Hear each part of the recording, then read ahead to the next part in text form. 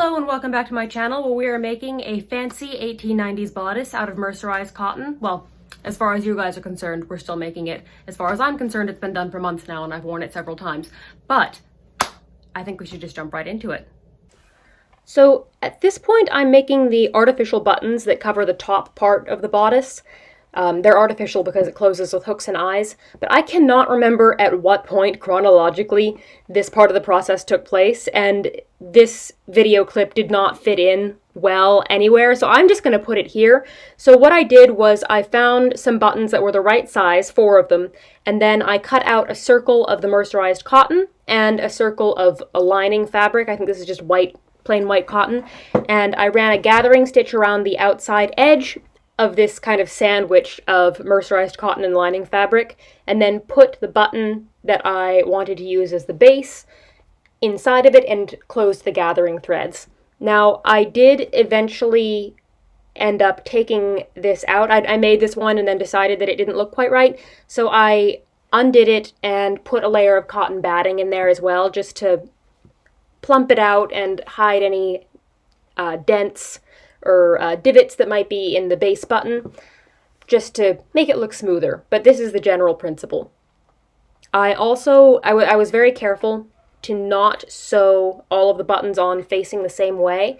I intentionally sewed them onto the bodice at different angles so that the mercerized cotton, the grain of the mercerized cotton, would be facing in different directions on all of them, so they would all catch the light slightly differently and look more interesting.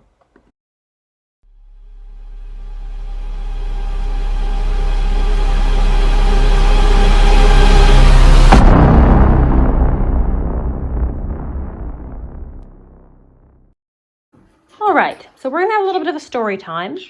You've all met Monsieur before, Monsieur the Tweet Tweet. Now, I come from a family that really loves popcorn, and I'm no exception. I adore popcorn. Not that like microwavable stuff with the butter flavored motor oil, like the homemade popcorn. That's amazing.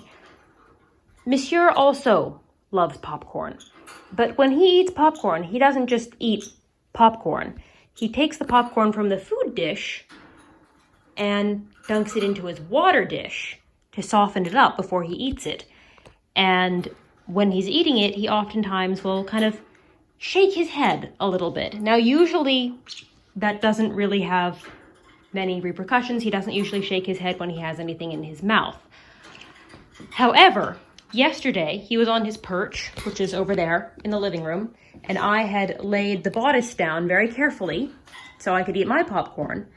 And he dunked his popcorn in his water dish and shook his head and got greasy popcorn stains all over the bodice.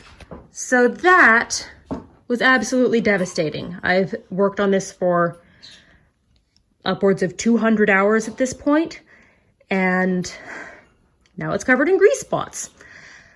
So after crying for 2 hours, I came up with a plan of action. So I first ran to the store and bought a Tide pen and tried that out on a piece of scrap fabric that's the same mercerized cotton to see if that would help. It just stained the cotton, so I didn't use that.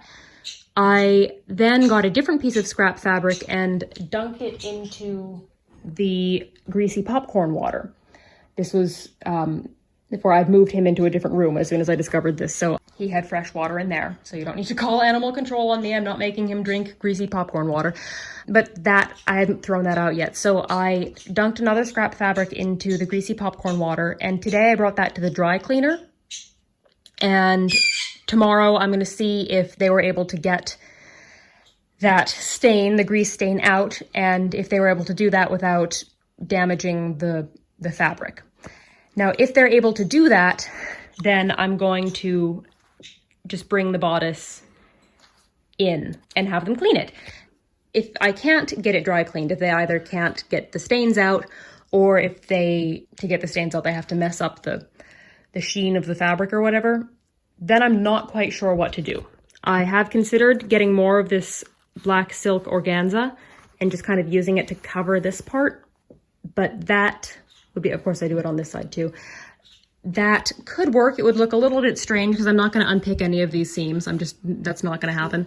So I'm just going to have it end there and just kind of turn the edges under. So I could do that, but I think what will have to happen if I can't get it dry cleaned is that I'm just going to have to learn to live with it, which I don't want to do, but if I have to, I can. And, you know, if worst comes to worst, I can tell people that the Victorians purposefully put grease stains on their clothes because it showed that they could afford greasy food. I mean, who's going to question me? I wouldn't actually spread misinformation, but I was just joking. I wouldn't actually spread misinformation, so don't worry. But that's where I am right now. Yeah. Oh, bird. I know if you knew how much pain you caused me by doing that, you wouldn't have done it. And you would be very apologetic now if you knew. So, I just need to wait for a little while.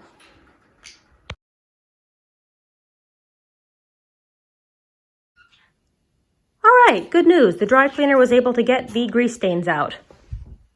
Foiled again, bird. So, now it's time to put on the bretelle. Now, I got this trim here from Ruins CA, which is a store on Etsy. She has the most incredible antique trims.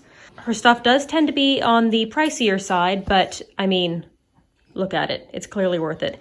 Now, I had to do a lot of restoration when sewing this on. I pretty much just had to like sew each individual bead down onto the fabric in order to keep it all together because the original thread was completely rotten. So it took me weeks and weeks and weeks to get this all sewn on. I also had to take off the original tool and replace it with some new tool because the original tool was just completely full of holes. So this took ages and ages and ages. And my original plan was just to have this going up along the entire length of the bretelle. I hope I'm pronouncing that correctly. Hi, bird. Hi, bird.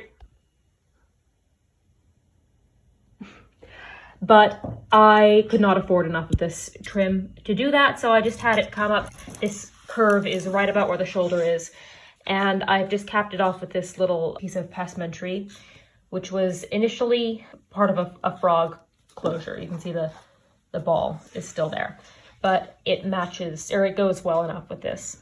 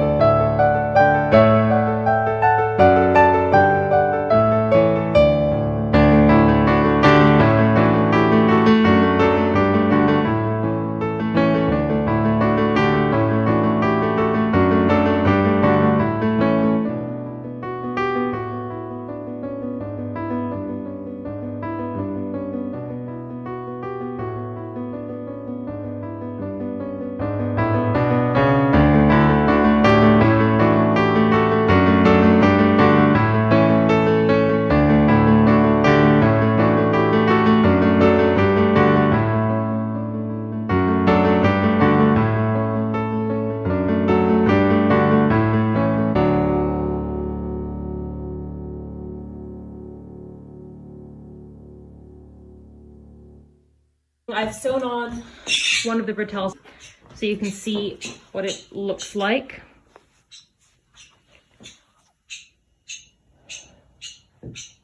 And here's, of course, the frog. It looks kind of like an ivy leaf, which is why I like it. It kind of pairs nicely with these shamrocks, the kind of nature theme. And I'm sorry for not getting the sewing of the trim onto the bretelle on camera, but it was an incredibly time-consuming and tedious process, and I realized that I could either sew it on or I could record, but I could not do both without completely losing my mind.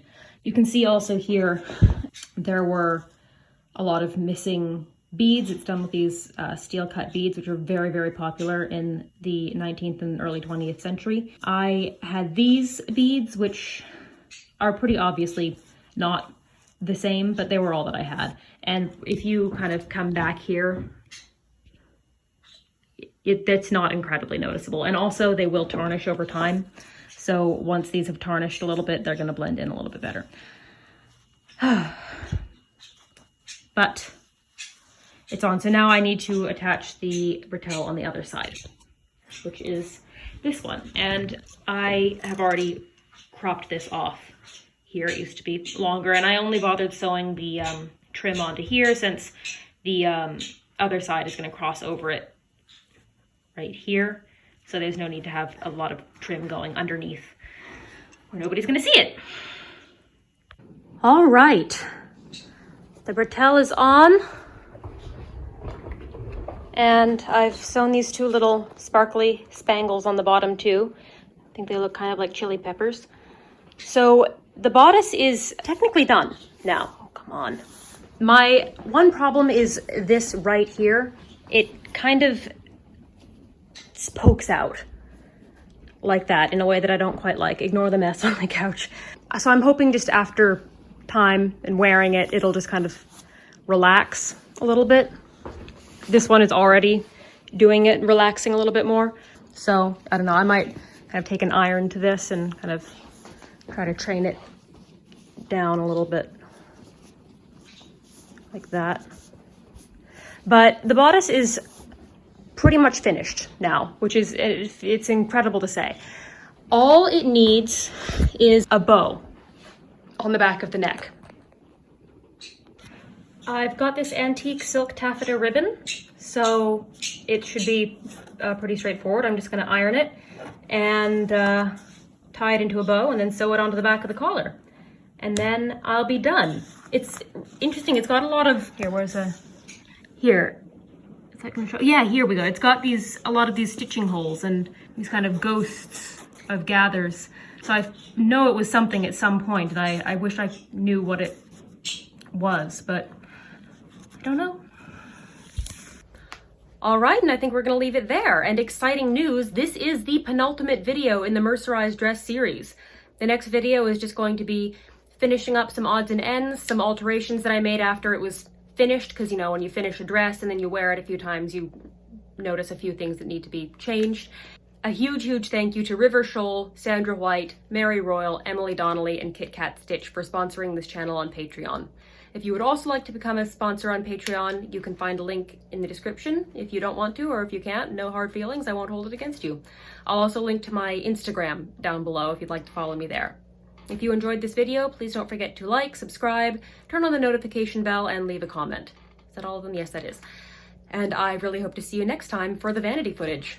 Bye-bye.